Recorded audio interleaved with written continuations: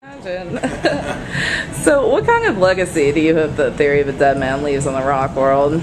I don't know if we want to leave a legacy. You know, I think we've been around for 8 years now. Some people may not know that, but I think a lasting impression is pretty cool. I think that if we can do this another 10 years, that'd be pretty cool. You know, I saw some people walking into the show today with Alice in Chains shirts on, and I'm like, there's a band that's been around since, you know, Oh yeah. well, late 80s, I guess, early 90s. I mean, that's I think it's scary how years. much the new singer sounds just like. oh yeah, he's great. Yep.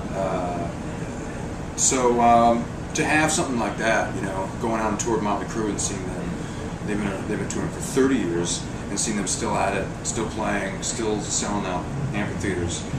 To me, that's inspiration enough to go and just want a lasting career. Of course, I think what's great about your band is that it's got that cross appeal amongst genres. You know, the hard rock fans can get into it, and then even top 40 can get into it. And you have the soundtrack placement and Transformers, and that was huge.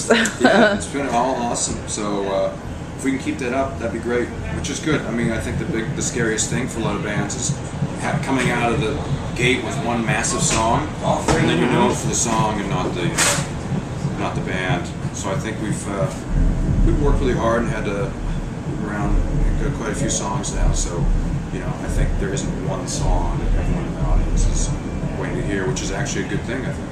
Yeah. So if you could compare the your album to a movie, what would it be and why? Well, everyone seems to compare it to Grease.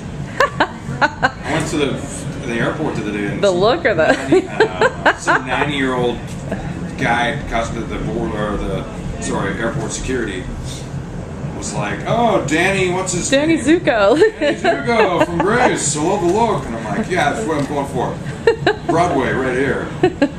Compared to a movie, Yeah. I don't know. You know, Heat, maybe. How awesome is that movie? Yeah. I'm trying to think of something with a lot of dynamics. You know, I think.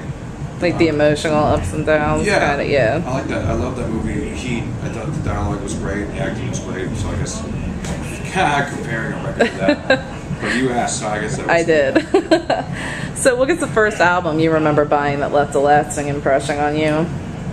Well, the first album I ever bought probably didn't have a lasting impression.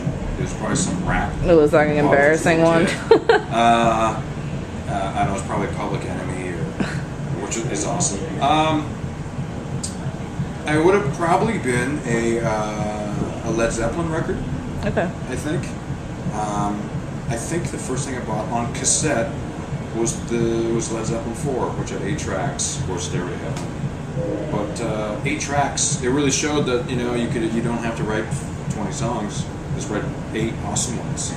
So that was probably one of the most influential records for me. Period. You know, Going to California was on that. It's probably one of my favorite songs ever. Agreed. Good song. So, what has been one of your biggest challenges as a band, and how have you overcome it? I think the biggest challenge for us with a lot of bands is, having an identity.